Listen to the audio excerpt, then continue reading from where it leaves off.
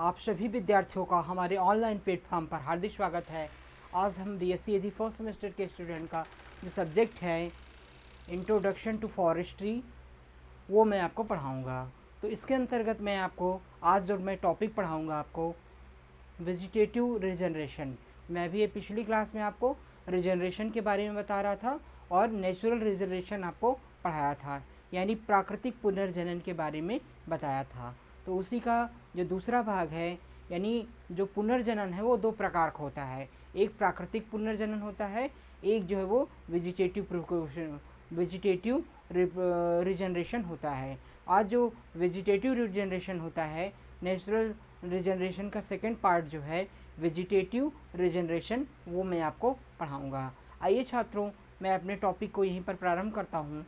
जैसा कि आप लोग स्क्रीन पर देख पा रहे होंगे कि natural regeneration from vegetative part से, कायिक या वर्धी भागों से प्राकृतिक पुनर्जनन।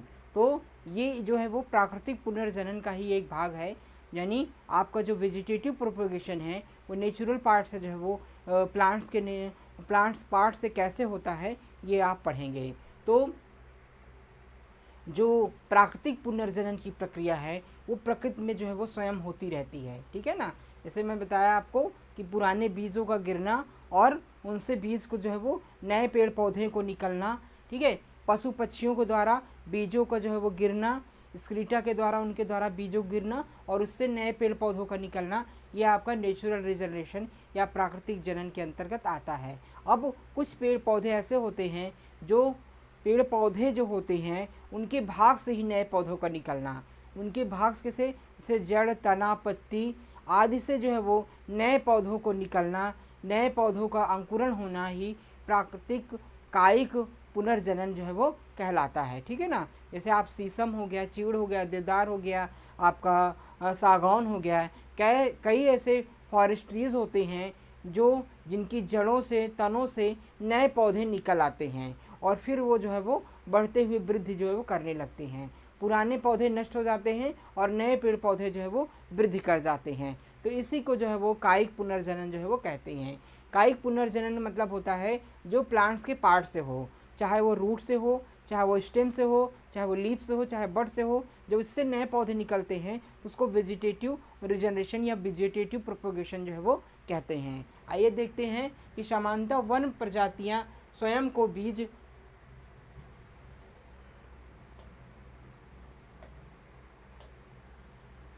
बीज से पुनरुत्पादित करती हैं। यद्यपि कुछ प्रजातियां में काया के किसी भाग जैसे जड़, तना, पत्ती, शाखा आदि से नया पौधा उत्पन्न करने की क्षमता होती है, ठीक है ना। तो पौधों में ये क्षमता होती है कि वो अपने ही समान नए पौधे को जन्म दे सकें, ठीक है ना। तो कुछ पौधे ऐसे होते हैं जो अपनी जड़ों से, पत्तियों से, तने से, वो बड से वो नए पौधों को विकसित करने के अंदर उनकी क्षमता होती है। इसी को हम कायिक जनन या वेजिटेटिव प्रोपोगेशन के नाम से जानते हैं। इस प्रकार प्राप्त पुनर्जनन कायिक या वर्धी जनन जो है वो कहलाता है। इस प्रकार का जो रिप्रोडक्शन होता है उसको हम वेजिटेटिव रिप्रोडक्शन या वेजिटेटिव रीजनरेशन के नाम से जो है वो जानते हैं। तो इस प्रकार से आप स्क्रीनशॉट ले लेंगे एक पॉइंट का।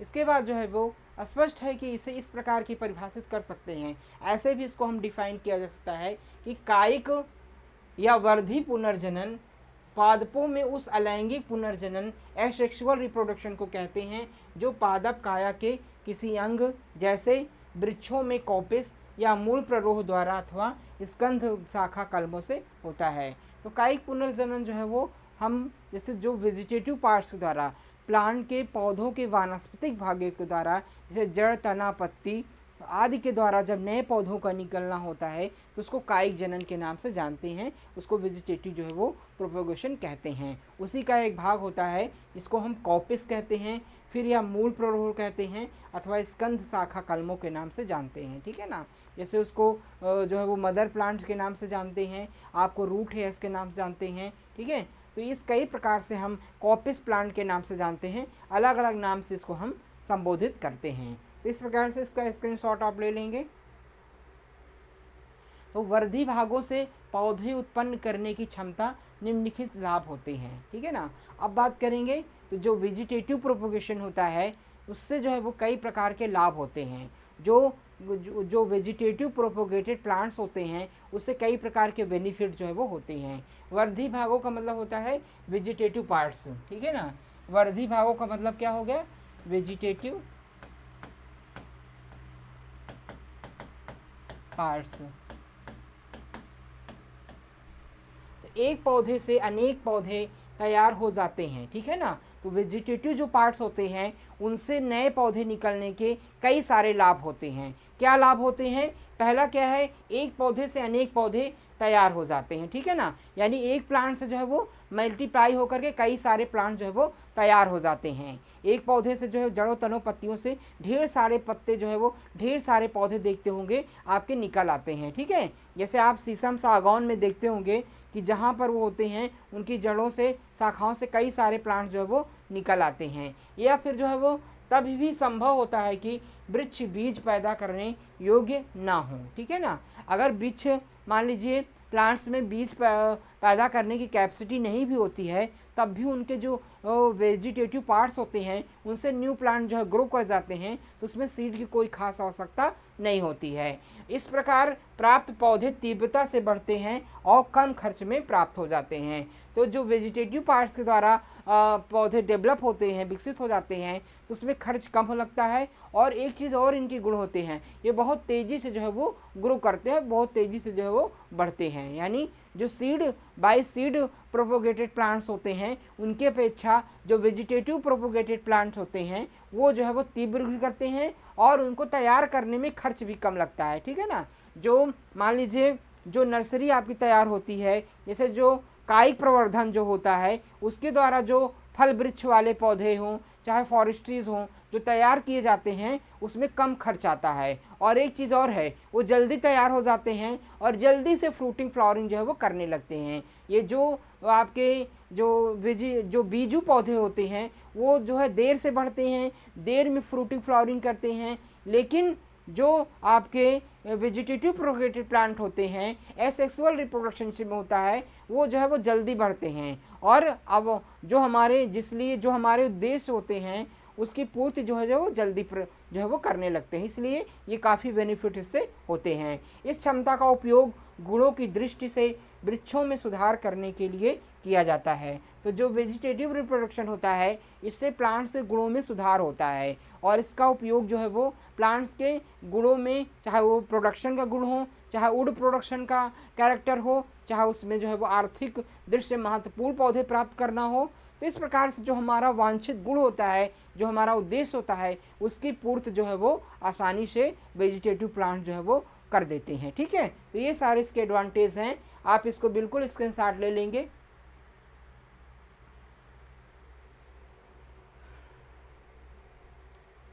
इसके बाद वर्धी पुनर्जनन के प्रकार, टाइप्स ऑफ वेजिटेटिव रिजनरेशन, ठीक है ना। अब इसको क्या है, टाइप्स ऑफ वेजिटेटिव रिप्रोडक्शन, यानी कायिक प्रवर्धन या कायिक पुनर्जनन के कौन कौन से प्रकार होते हैं। तो आप लोग देख सकते हैं, पहला जो होता है वो कॉपिस प्लांट, ठीक है ना। कॉपिस क्या होता है, कुछ प्रजातियों में वृक्षों या पौधों को भूमिगत के पास काटने से उसमें ठूठों या तने से नए प्ररोह फूट जाते हैं, इनको कॉपिस प्ररोह, कॉपिस सूट जो है वो कहा जाता है, ठीक है ना।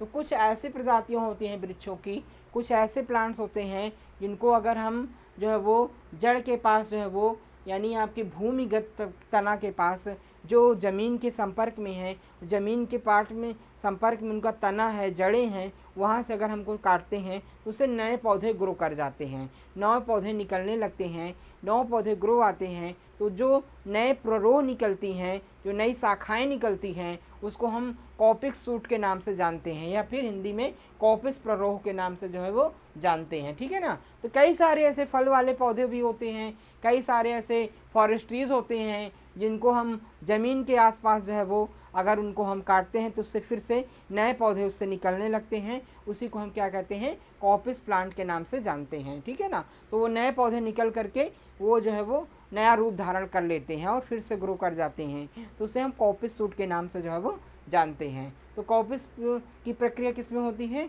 वेजिटेटिव प्लांट्स में होती है। दूसरा जो होते हैं रूट सकर्स, रूट सकर्स क्या होते हैं, जो रूट से निकलते हैं, ठीक है ना। जैसे आप केले में देखते हो केले से क्या होता है, केले की जड़ों से नए पौधे निकलते हैं, तो उसको रूट सकर्स बोलते हैं, ठीक है ना। नए पौधों को निकलना क्या होता है, रूट से जो प्लांट निकलते हैं उसे रूट सकर के नाम से जानते हैं। तो इसमें क्या होता है कि मूल प्ररोह उस प्ररोह को कहते हैं जो काष्ठीय पादप की जड़ से निकलता है। कुछ प्रजातियों के वृक्षों में यह क्षमता होती है, यदि उनकी जड़ें आंशिक या पूरी काट दी जाएं तब भी उससे प्लांट जो है वो ग्रो कर जाते हैं। तो जो रूट सकर्स होते हैं वो रूट से निकलते हैं। कई सारे फल वृक्ष वाले प्लांट्स होते हैं, जैसे आपको देखते हैं आप जो है वो पपीते में देख लीजिए, केले में देख लीजिए, ठीक है ना, शीशम में देख लीजिए, सागौन में देख लीजिए। तो कई सारे फल वाले भी पौधे होते हैं। और जो फॉरेस्ट्रीज होते हैं उसमें हमने देखा है कि अगर हम उसको रूट्स को काट देते हैं तो उससे फिर नया रूट से निकल आता है, या फिर रूट के आसपास से हमेशा नए पौधे निकलते रहते हैं, ठीक है। तो उससे क्या बोलते हैं, हम रूट सकर के नाम से जानते हैं। केले में अक्सर आप देखते होंगे कि केले के आसपास जो है काफ़ी पौधे रूट से निकलते हैं, यहाँ तक कि उसको हमको काटना छाटना ही पड़ता है। फिर हम जब एक पौधे से फल प्राप्त कर लेते हैं उसको काट देते हैं सकर को, फिर जो जड़ के पास से दूसरा पौधा निकलता है उसी को हम फल के लिए तैयार करते हैं। तो ये जो है जो प्रक्रिया होती है ये रूट सकर के द्वारा इसका प्रोपगेशन जो है वो किया जाता है, ठीक है। तो ऐसे चीज़ इसका स्क्रीनशॉट ले लीजिएगा आप लोग।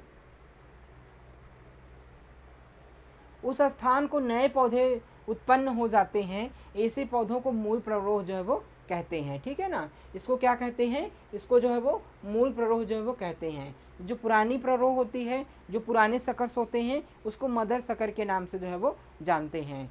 इसके बाद जो है वो अगला है कलम यानी कटिंग। कटिंग क्या होता है, कलम किसी शाखा या जड़ को काटे हुए उस छोटे टुकड़े को कहते हैं जो मृदा या अन्य किसी माध्यम में लगाने पर एक पौधे के रूप में विकसित हो जाता है।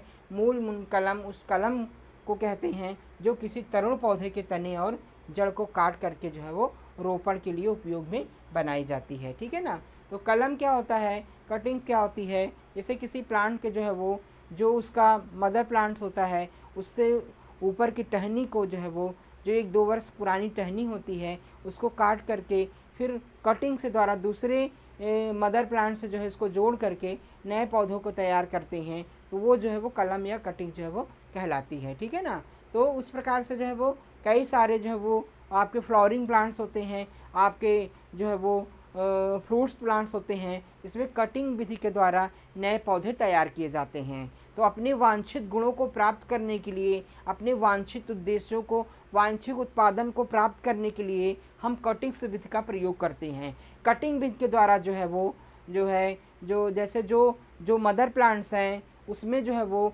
उससे उसकी शाखाएं जो हैं उन शाखाओं की जो है उसकी ब्रांचेस को, जो पुरानी 1-2 वर्ष ब्रांचेस होती हैं उसको काट करके दूसरे पौधे की शाखा में जोड़ करके उससे नया पौधा हम तैयार कर लेते हैं। तो इस प्रकार के जो कटिंग्स, जो मदर प्लांट होता है वो बीजू पौधा होता है, और जो उसकी ब्रांचेस होती हैं वो जो है वो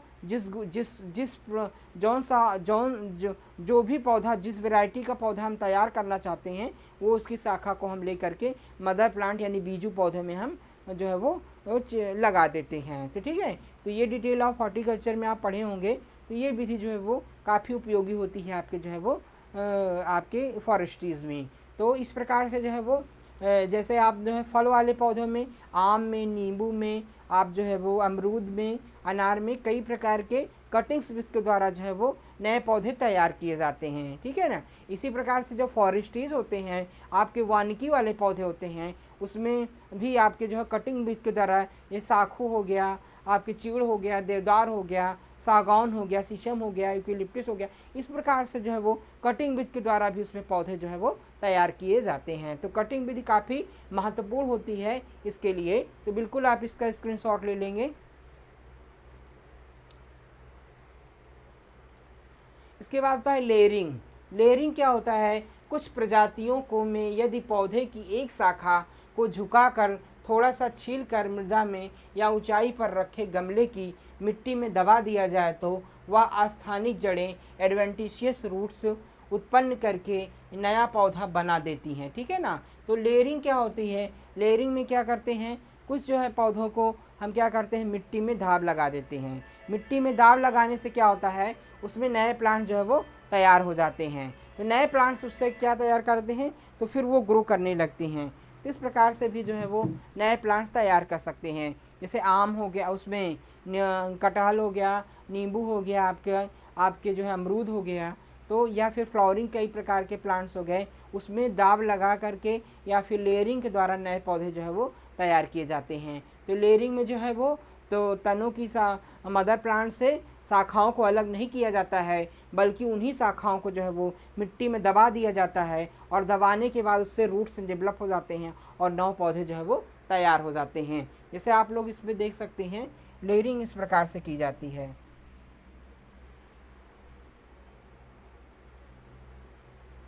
जैसे मान लीजिए ये मदर प्लांट हो गया,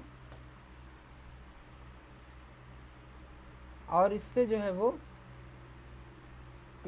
लेयरिंग तैयार की जाती है, ठीक है ना। इस प्रकार से यहाँ पर क्या करते हैं,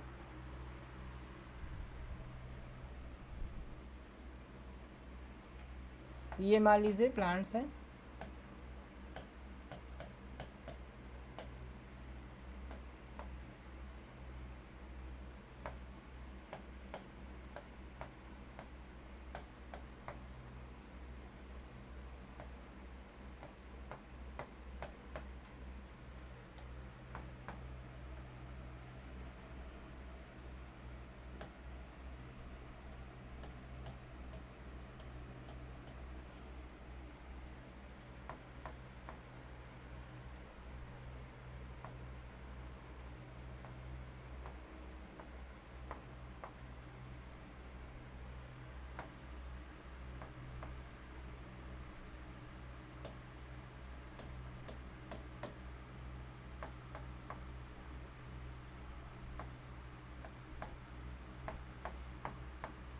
ठीक है ना।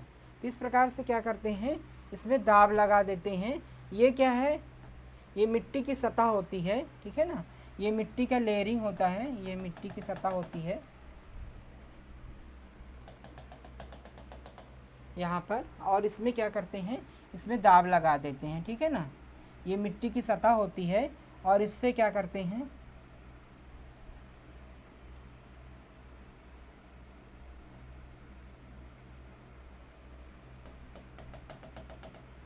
ठीक है ना। इसमें जो है वो ये मिट्टी की सतह होती है, और इससे जो है वो दाब लगा देते हैं, ठीक है ना। ये मिट्टी की सतह हो गई मान लीजिए,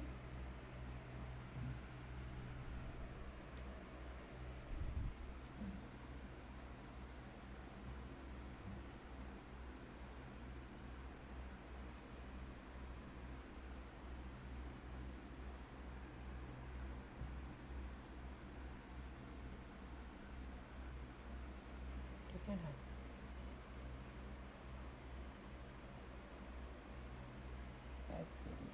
पूरा सफा कर दिया।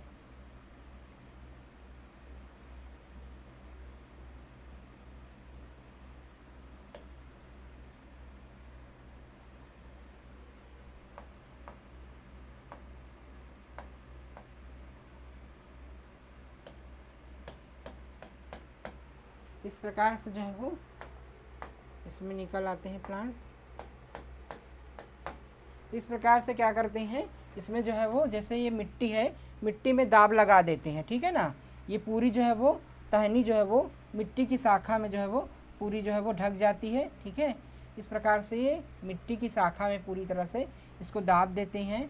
ये जो है ये शाखा जब दब जाती है, और इस प्रकार से जब इसको दब देते हैं, ये मिट्टी होती है, और मिट्टी की सतह में ये शाखाओं को दाब देते हैं। फिर यहाँ से क्या होता है, ये नए रूट्स इसमें डेवलप हो जाते हैं, ठीक है ना।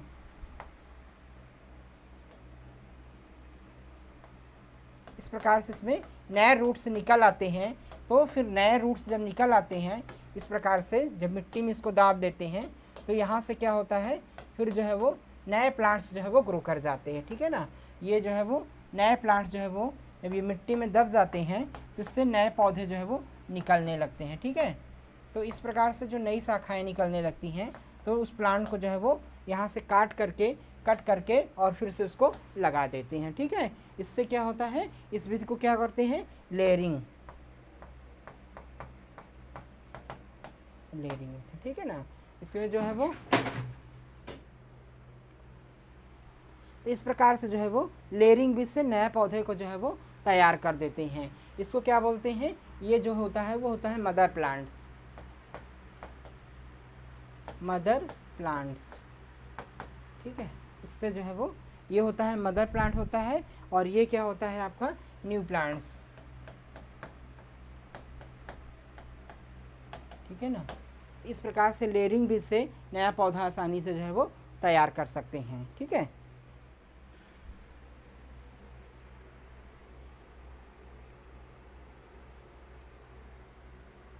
इसके बाद जो है वो बात आती है ग्राफ्टिंग की। तो ग्राफ्टिंग में क्या होता है, ग्राफ्टिंग जो है वो एक प्रकार के कभी कभी जो है वो किसी और प्रजाति के पौधों को उसी प्रजाति के प्रवर पौधे से जोड़ करके उसे नया पौधा तैयार किया जाता है, और शाखाओं को थोड़ा छील करके और ऊपर जो है वो सेवाल लपेट कर बांध देते हैं। तो जब किसी भी प्लांट्स के मदर प्लांट से ही उसी प्रजाति के नए पौधों को तैयार करना होता है, अपने वांछित गुणों वाले पौधों को तैयार करना होता है, तो उस विधि को जो है वो ग्राफ्टिंग के नाम से जानते हैं। ग्राफ्टिंग जो है वो कई प्रकार की अलग अलग ग्राफ्टिंग होती है जो आप हॉर्टिकल्चर में पढ़े हैं। ग्राफ्टिंग विधि के द्वारा जो है वो वांछित नए पौधों को जो है वो तैयार किया जा सकता है। ग्राफ्टिंग कई प्रकार की होती है, जैसे मान लीजिए किसी प्लांट्स के जो है पार्ट को छील करके काट करके नए पौधे उससे तैयार कर देते हैं। फिर उसी में जो है वो कई अलग अलग शेप में उसको काट करके उनकी दूसरी शाखाओं को जोड़ करके और उससे रूट्स को डेवलप कर लेते हैं और उससे फिर लगा देते हैं। तो इस प्रकार से ग्राफ्टिंग से भी नए पौधे जो है वो तैयार किए जा सकते हैं। इसका स्क्रीनशॉट ले लीजिएगा। इसके बाद होती है बडिंग। तो बडिंग में क्या होता है, इस विधि में किसी प्रवर पौधे को छाल सहित निकाल ली जाती है, फिर उसी प्रजाति के किसी और पौधे की छाल में टीके आकार के जो है वो चौरा दिया जाता है। तो बडिंग का मतलब होता है, बडिंग के द्वारा जो बड होती है, जैसे आप आलू के प्लांट्स में देखते होंगे, मान लीजिए आलू है, आलू में इस तरह से जो है वो छेद होते हैं, ठीक है ना। तो इससे धीरे धीरे जो है वो नए पौधे निकलते हैं, ठीक है ना।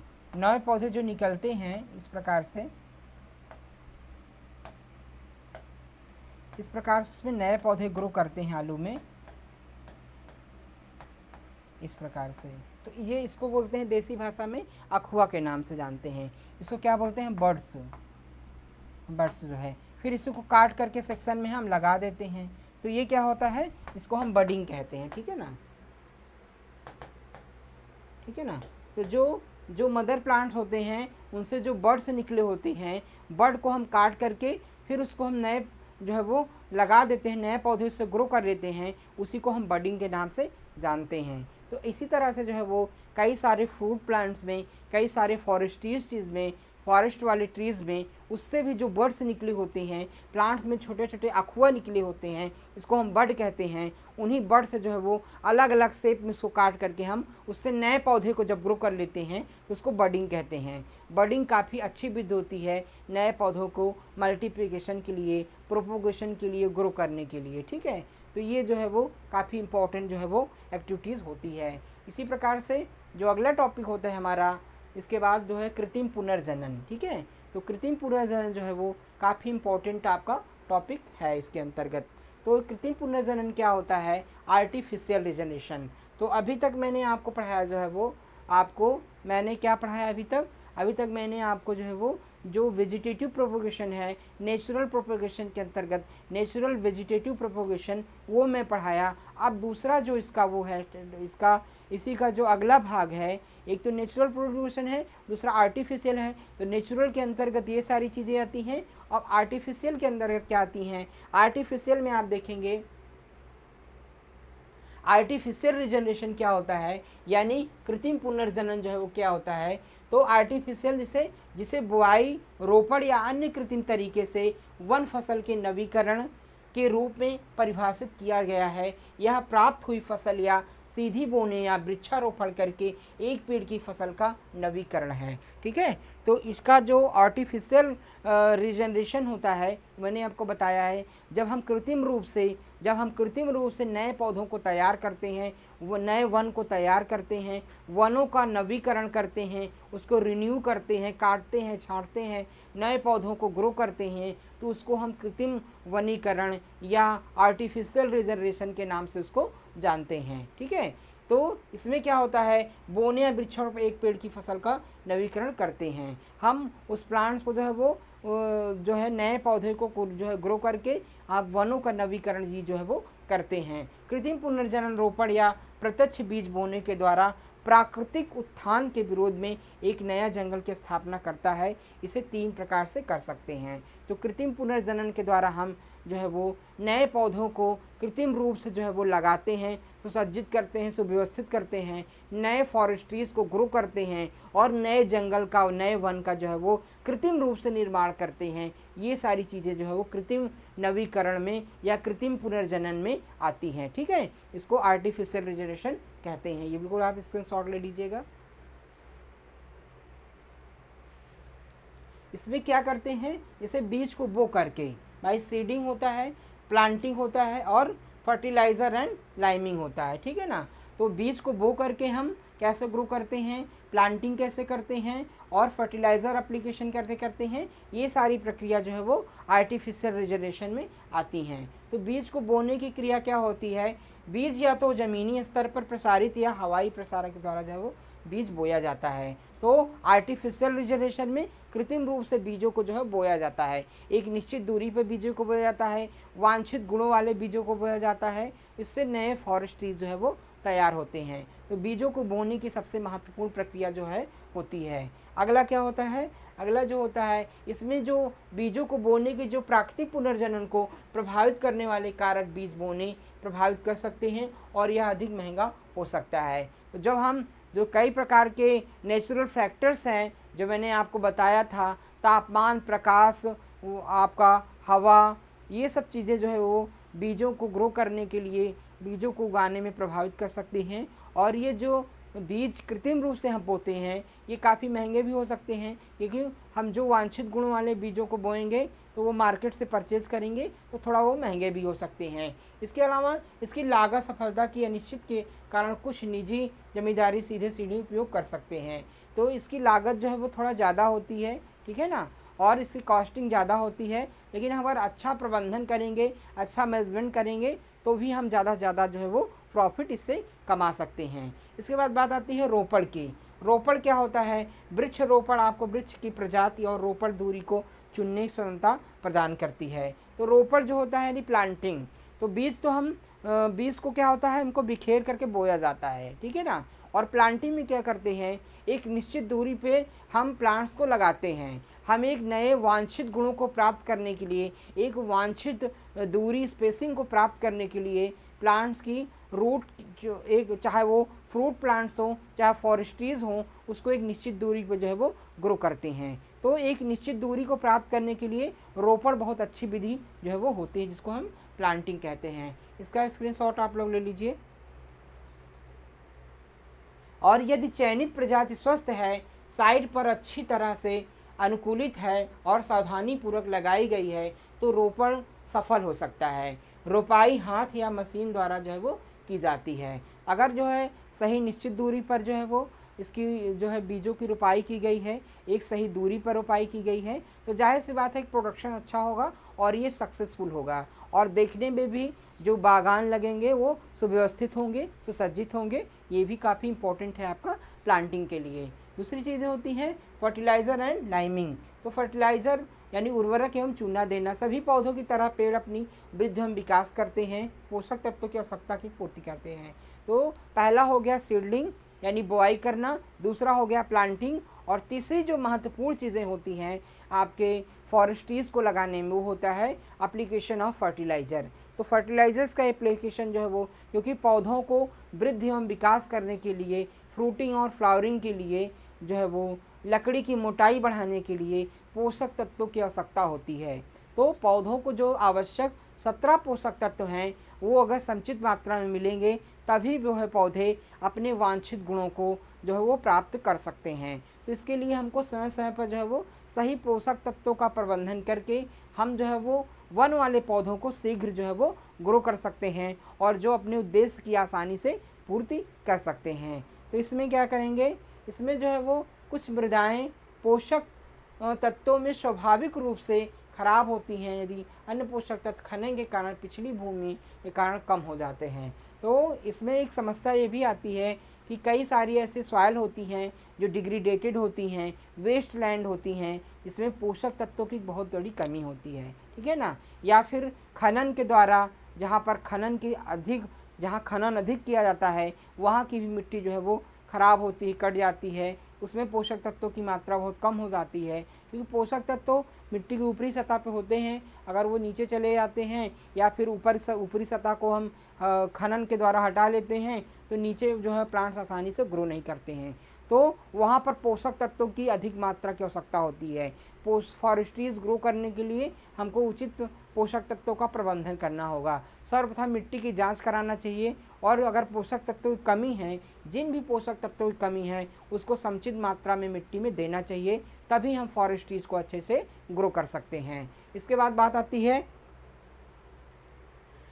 कृत्रिम तरीके से पुनर्जनन जो है वो कैसे, कौन सी जो है वो कृत्रिम तरीके से कैसे हम पुनर्जनन जो है वो कर सकते हैं, इसके क्या क्या मेथड्स हैं, कौन सी कृत्रिम पुनर्जनन तरीके की विधियां हैं। तो वनों की अंधाधुंध कटाई न केवल जंगलों को प्रभावित करता है बल्कि वन्य जीव और पूरे परिस्थिति तंत्र को भी प्रभावित करता है। तो अगर हम वनों की कटाई अंधाधुंध कर रहे हैं तो उससे केवल जंगल ही नहीं प्रभावित होती हैं, कई सारी चीज़ें जो है वो प्रभावित होती हैं। वनों की कटाई इस समय चेतावनी स्तर पर जो है वो हर साल 15 लाख हेक्टेयर है। तो वनों की कटाई बहुत तेज़ी से हो रही है, जिससे कई प्रकार के जो है वो जीव जंतु, वहाँ पर रहने वाले लोग भी प्रभावित हो रहे हैं। और कृत्रिम पुनर्जनन करने के लिए कुछ प्रारंभिक विचार है जो तत्काल जो है वो आवश्यक है। तो कृत्रिम पुनर्जनन, वनों की अंधाधुंध कटाई हो रही है, वनों के वन्य जीव का विनाश हो रहा है, जिसके लिए कृत्रिम पुनर्जनन वो बहुत ही आवश्यक हो गया है। जब हम कृत्रिम रूप से फॉरेस्ट को लगाएंगे तभी जो है ज़्यादा से ज़्यादा फॉरेस्ट को हम